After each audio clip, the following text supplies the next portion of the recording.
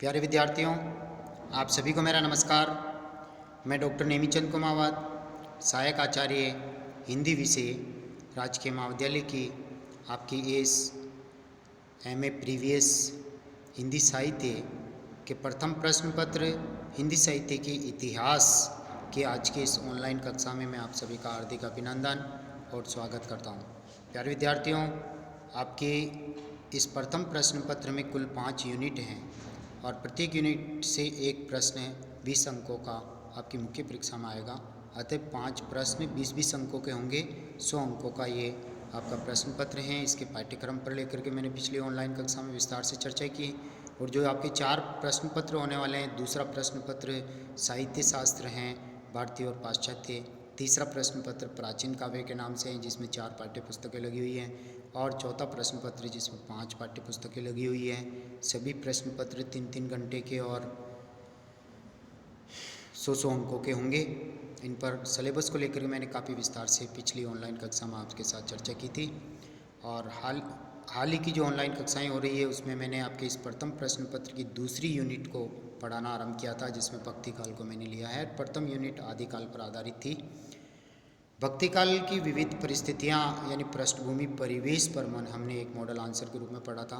और निर्गुण संत काव्य की प्रमुख प्रवृत्तियों और कवियों को हमने एक मॉडल आंसर के रूप में पढ़ा है।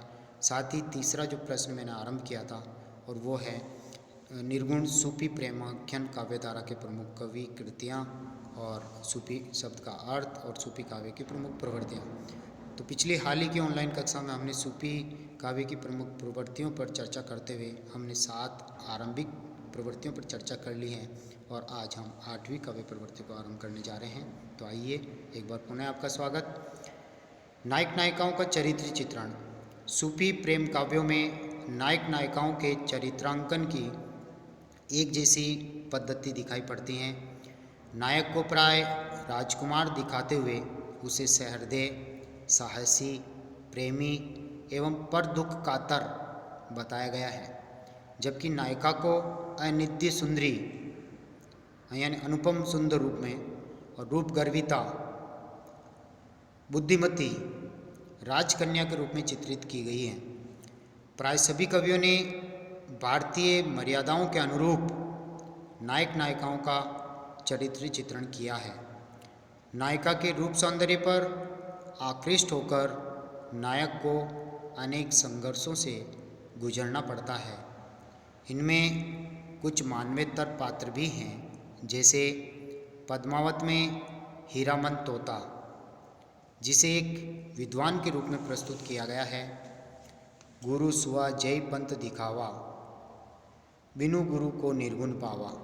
यानी यदि हीरामन तोता जो सुआ है उसी ने ही परमात्मा से यानी पद्मावत में जो पद्मावती है वो परमात्मा के प्रतिरूप से उससे मिलने का रास्ता दिखाया है। बिन गुरु को निर्गुण पावा, और बिना गुरु के ये संसार पूरी तरह से निर्गुण है, इसमें कोई गुण नहीं। 9वीं काव्य प्रवृत्ति है लोक पक्ष एवं हिंदू संस्कृति का चित्रण। सूफी कवियों ने अपने काव्य में लोक जीवन का पर्याप्त चित्रण किया है। जन सामान्य में प्रचलित अंधविश्वास, जादू टोना, तंत्र मंत्र, लोक व्यवहार का सुंदर चित्रण है। साधारण जनता के व्रत, उत्सव, तीर्थ, पर्व, लोकाचार और सांस्कृतिक क्रियाकलापों का विवरण भी इनमें उपलब्ध होता है। हिंदू धर्म के सिद्धांतों, रहन सहन, आचार विचार का निरूपण भी यथाअवसर किया गया है। हिंदू धर्म व संस्कृति की सामान्य जानकारी सूफी कवियों को थी।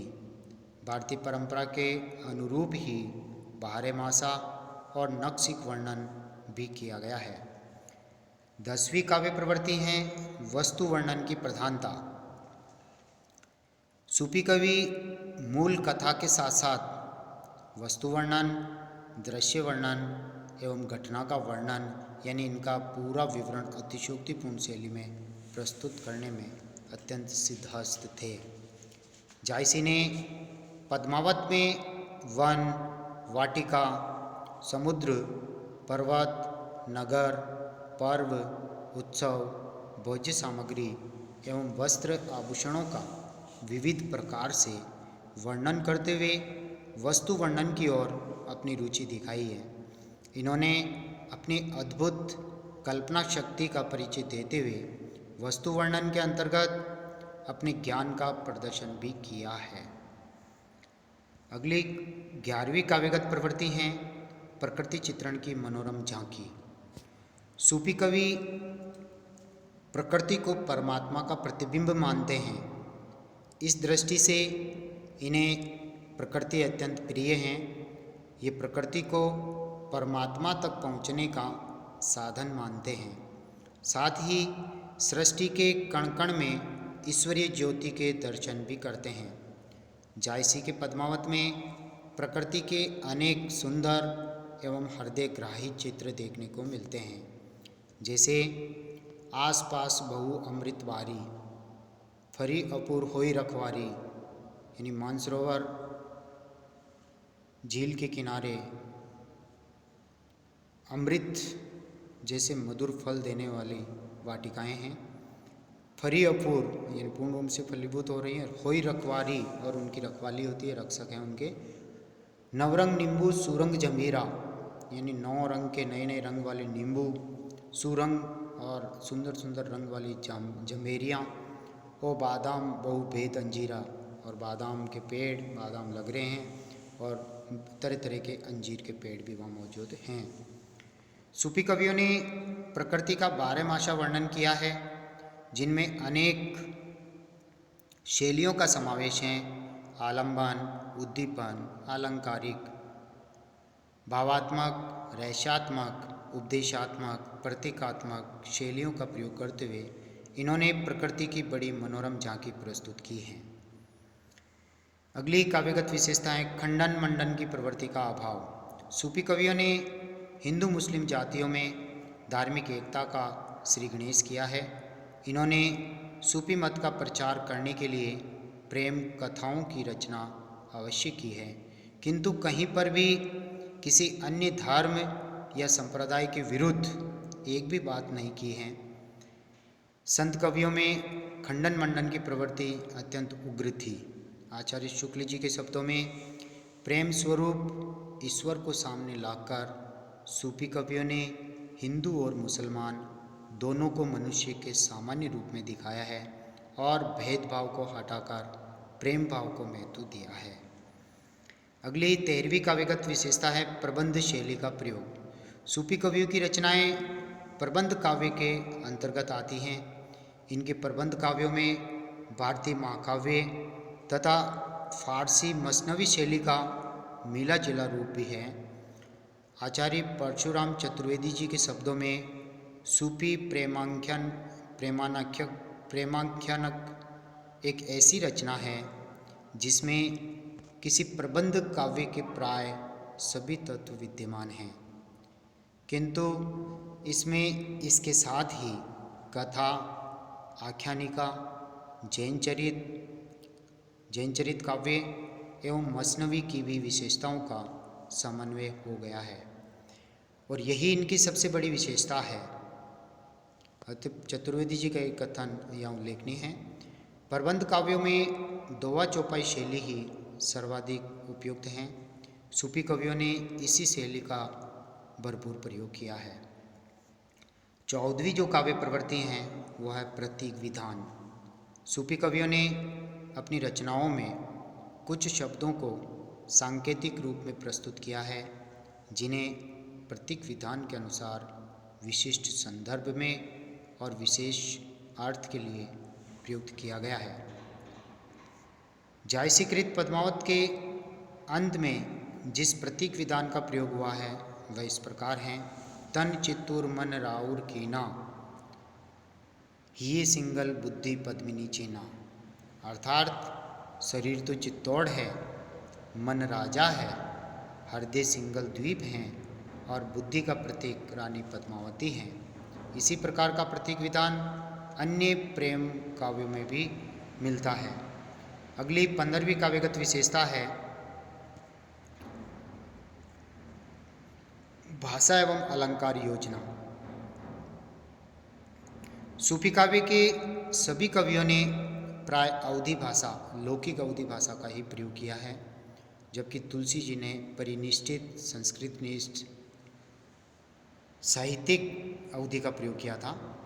जायसी ने ठेठ ग्रामीण अवधी भाषा का प्रयोग किया है, अतः उसमें वैसी साहित्यिकता एवं संस्कृत निष्ठता नहीं है जैसी तुलसी की भाषा में विद्यमान है। लोक प्रचलित मुहावरों और लोकोक्तियों के समावेश से इन कवियों की भाषा प्रौढ़ और अभिव्यक्ति का अधिक सक्षम रूप लेकर सामने आई है। सूफी कवियों ने उपमा, रूपक, उत्प्रेक्षा आदि अलंकारों का बहुतायत से प्रयोग किया है, किंतु अन्योक्ति, अतिशयोक्ति, समासोक्ति, संदेह और भ्रांतिमान जैसे अलंकारों का भी आवश्यकता अनुसार खूब प्रयोग किया है। अब हम आगे बढ़ते हैं। इन 15 काव्य प्रवृत्तियों पर हमने अभी विस्तार से चर्चा की है। सूफी काव्यधारा यानी निर्गुण सूफी यानी प्रेम मार्गी काव्यधारा की जो विशेषताएं हैं उनको हमने 15 उप शीर्षकों में बांटते हुए हमने अभी विस्तार से प्रकाश डाला। अब हम निष्कर्ष की ओर आगे बढ़ते हैं। निष्कर्ष रूप में कहा जा सकता है कि मध्यकालीन हिंदी साहित्य में सूफी काव्यधारा का महत्वपूर्ण स्थान है।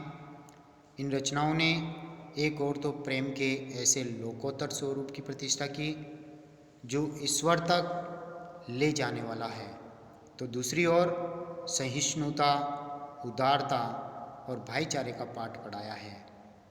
इन काव्यों से जनसाधारण के ज्ञान कोश में पर्याप्त वृद्धि हुई है, क्योंकि सूफी कवियों ने दर्शन, धर्म, नीति, कामशास्त्र, ज्योतिष आदि विषयों की जानकारी का समावेश अपनी रचनाओं में किया है। लोक संस्कृति के विविध पक्षों का सहज स्वाभाविक चित्रण भी इनमें हुआ है। सौंदर्य, प्रेम और वीर्य की जो त्रिवेणी इन प्रेम काव्यों में उपलब्ध होती है, ऐसी अन्यत्र दुर्लभ हैं। अतः इन रचनाओं में प्रेम के गंभीर, उदात्त एवं भव्य रूप का गरिमापूर्ण चित्रण हुआ है, वह हिंदी साहित्य की अमूल्य निधि कही जा सकती है। साथ ही इस निष्कर्ष के उपरांत 2-3 बिंदु और आपको दिखाई दे रहे हैं। निर्गुण ईश्वर में विश्वास, सूफी कवि जो हैं वो संत कवियों की भांति निर्गुण ईश्वर में विश्वास करते थे। एक और विशेषता है हिंदू मुस्लिम एकता। इन सूफी कवियों ने खंडन मंडन की प्रवृत्ति संत कवियों की तरह नहीं अपनाई, इन्होंने मंडन की प्रवृत्ति अपनाई है। दोनों संप्रदायों को करीब ला करके उनमें एकता स्थापित करने का प्रयास किया है। इसी तरह से फारसी एवं भारतीय प्रेम पद्धति का इन्होंने समन्वय किया है, क्योंकि इन्होंने जो कथानक चुना है वो भारतीय प्रेम पद्धति यानी भारतीय हिंदू घरों की कहानियों को इन्होंने लिया है, और जो प्रेम की जो व्यंजना की है उसमें इन्होंने फारसी पद्धति का समन्वय किया है। जब यत्र तत्र हमें जो ऊहात्मक, अत्युक्तिपूर्ण और अतिशयोक्तिपूर्ण जो वर्णन मिलता है वो फारसी शैली का प्रभाव ही झलकता है। तो प्यारे विद्यार्थियों, आज की इस ऑनलाइन कक्षा में हमने निर्गुण काव्यधारा जो है उसकी दूसरी निर्गुण शाखा की दूसरी काव्यधारा, पहली निर्गुण संत काव्यधारा का हमने अध्ययन किया था एक मॉडल आंसर के रूप में, और आज हमने एक मॉडल आंसर के रूप में ही सूफी काव्यधारा का और सूफी काव्यधारा की प्रमुख कृतियों और सूफी काव्यधारा की प्रमुख प्रवृत्तियों का हमने अध्ययन किया है। इस द्वितीय यूनिट में हमने 3 मॉडल आंसरों के रूप में अध्ययन किया है। भक्तिकाल की प्रमुख परिस्थितियों पर, निर्गुण संत मार्गी काव्य की प्रवृत्तियों पर और निर्गुण सूफी प्रेम मार्गी काव्यधारा की प्रवृत्तियों पर। अब हम जो आगामी जो ऑनलाइन कक्षा हम लेंगे उसमें हम पढ़ेंगे भक्तिकाल की जो सगुण शाखा है उसमें कृष्ण भक्ति, सगुण कृष्ण भक्ति काव्यधारा के प्रमुख कवि और प्रवृत्तियों पर हम चर्चा करेंगे। और अगली जो कक्षा होगी उसमें तुलसीदास जी के साहित्य, उनकी समन्वयशीलता और उनके काव्यगत विशेषता, सगुण राम भक्ति काव्यधारा। लेकिन हम उनको नहीं पढ़ करके हम उनके स्थान पर हिंदी साहित्य को स्वर्ण युग क्यों कहा जाता है उस प्रश्न को हम लेंगे, क्योंकि वही विशेषताएं तुलसी काव्य की भी हैं। तो प्यारे विद्यार्थियों, आज की इस ऑनलाइन कक्षा को हम यहीं समाप्त करते हैं। आप सभी को बहुत बहुत धन्यवाद। जय हिंद, जय भारत, आप सभी से आग्रह है कि कॉलेज के इस YouTube चैनल पर जो ये वीडियोज़ अपलोड किए जा रहे हैं, जहां आप इन वीडियोज़ को ओपन करके अपनी ऑनलाइन पढ़ाई कर रहे हैं, तो आपसे आग्रह है कि आप इन वीडियोज़ को लाइक ज़रूर करें और कॉलेज के इस YouTube चैनल को आप सब्सक्राइब ज़रूर करें। एक बार पुनः आप सभी को बहुत बहुत धन्यवाद। जय हिंद, जय भारत।